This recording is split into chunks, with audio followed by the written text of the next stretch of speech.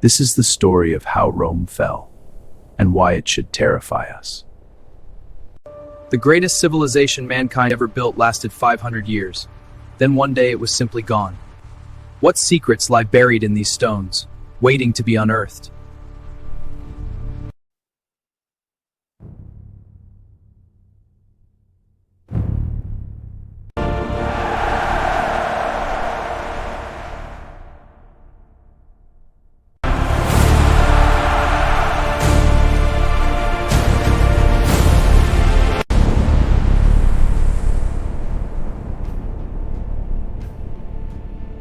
Every great story has an ending, but some endings shatter the world forever.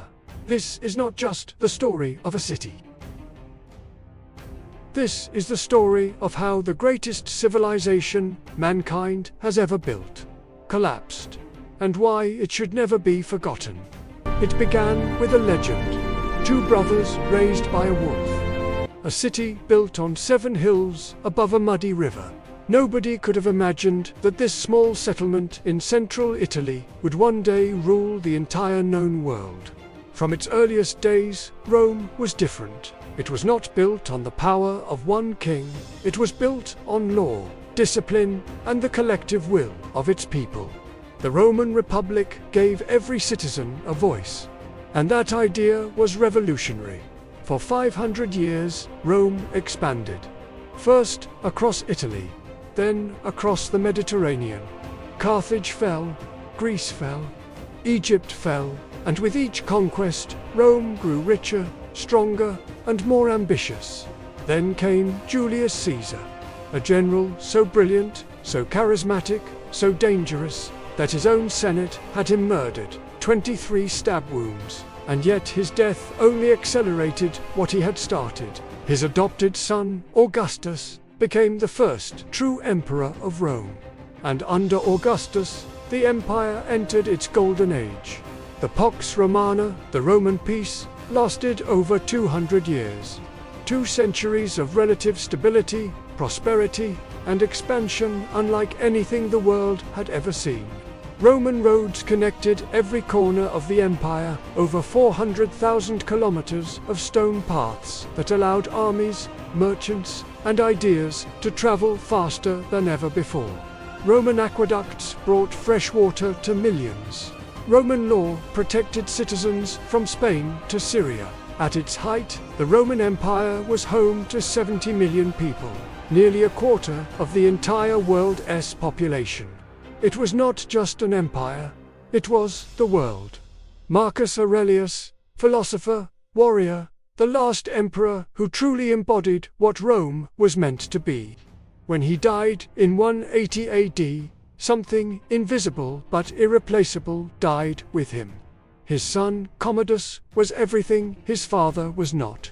Vain, cruel, and dangerously unstable, Commodus believed himself to be the reincarnation of Hercules. He renamed Rome after himself.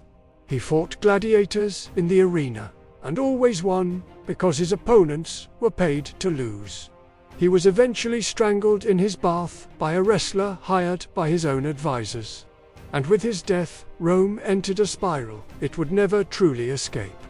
The 3rd century became known as the crisis of the 3rd century, a period of 50 years in which Rome had over 20 different emperors. Most of them died violently. The army, once the backbone of civilization, had become its greatest threat, selling the throne to the highest bidder in what historians would later call the auction of the empire. But the barbarians at the gates were not Rome's only enemy. The most dangerous threat was already inside the walls. To fund endless wars and pay off a restless army, Roman emperors began debasing their currency, mixing cheaper metals into silver coins, flooding the market with worthless money. Inflation exploded. Merchants refused to accept Roman currency. Trade collapsed. The tax burden on ordinary citizens became unbearable. Farmers abandoned their land rather than face the collectors. Food production fell. Famine crept into provinces that had once fed the world. The wealthy retreated to fortified country estates, taking their money with them. The middle class, the backbone of Roman society, was slowly crushed out of existence. The gap between the rich and the poor became a chasm, and the Senate, once the greatest deliberative body in history, had become a theater of corruption, self-interest, and paralysis. Rome was rotting from the inside. In the year 312, a Roman general named Constantine saw a vision before the Battle of Milvian Bridge, a cross of light in the sky, and the words, "In this sign, conquer." Whether the vision was real or a political calculation, no one can know. But Constantine won the battle, became emperor, and issued the Edict of Milan, granting religious tolerance to Christians throughout the empire. Christianity, once a persecuted minority faith, spread like wildfire through the Roman world. It gave the poor hope, the suffering comfort, and the oppressed dignity. But it also fractured Roman society, splitting it between the old pagan traditions that had built the empire and the new faith that was reshaping it. Rome was changing its soul, and not everyone was ready. The empire had grown too large for one man to govern. In 285 AD, Emperor Diocletian made a fateful decision.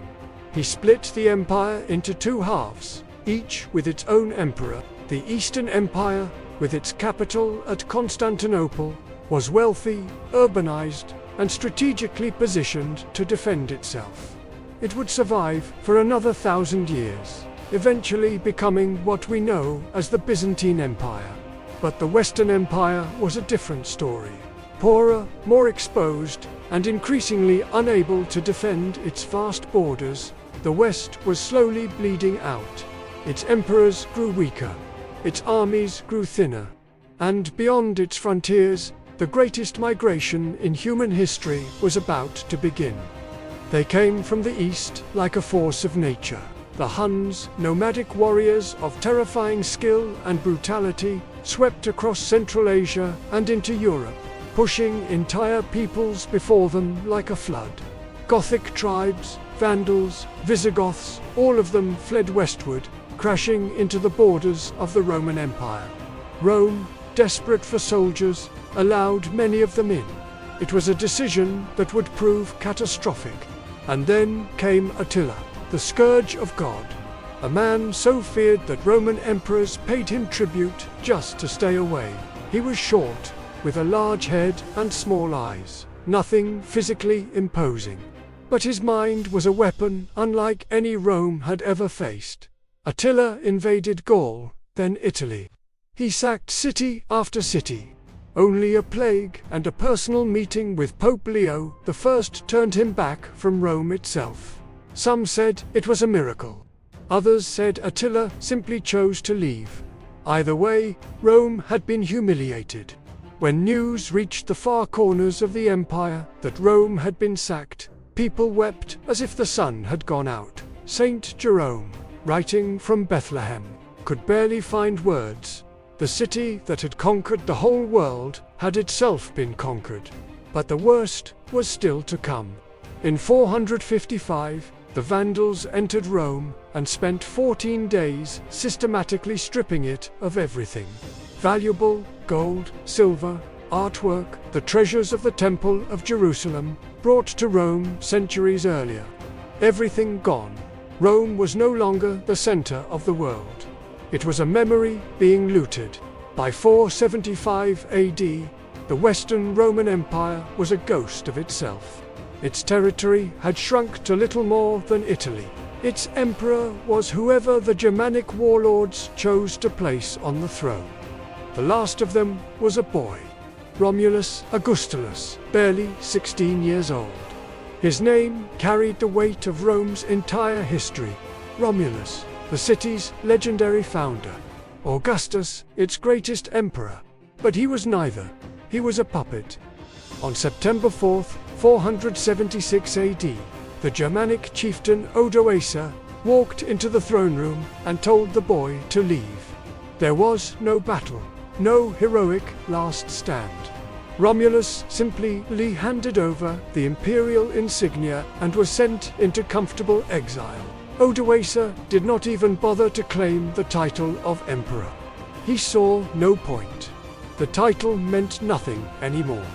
Historians have debated this question for centuries. Over 200 different theories have been proposed for why Rome fell. And the truth is, they are all partially right. It was the lead pipes that poisoned the drinking water and slowly dulled the minds of its citizens. It was the endless cycle of civil wars that bled the treasury dry. It was the overextension of borders that no army could realistically defend.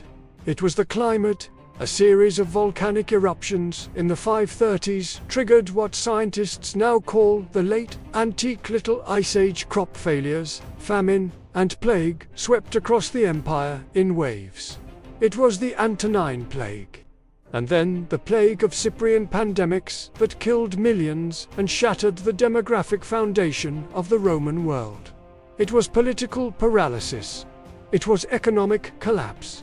It was a loss of civic identity, a people who no longer believed in the idea of Rome. Rome did not fall because of one catastrophic moment. Rome fell because of 1,000 small failures accumulated over centuries, until the weight of them became too great to carry. And yet, Rome never truly died. Every time you speak English, French, Spanish, Portuguese, Italian, or Romanian, you are speaking Latin. Every time a court of law defends your rights, you are living inside Roman law. Every time you look at a government building with columns and a dome, you are seeing Rome. The Catholic Church preserved Roman culture through the Dark Ages. The Byzantine Empire carried Roman civilization for another 1,000 years in the East. The Renaissance was nothing less than Europe remembering Rome and weeping for what had been lost. Rome fell, but its ghost has never left us. It lives in our institutions, our languages, our art, our ambitions, and our failures. Because perhaps the most important lesson Rome left behind is this: no civilization is too great to fall. No empire is eternal.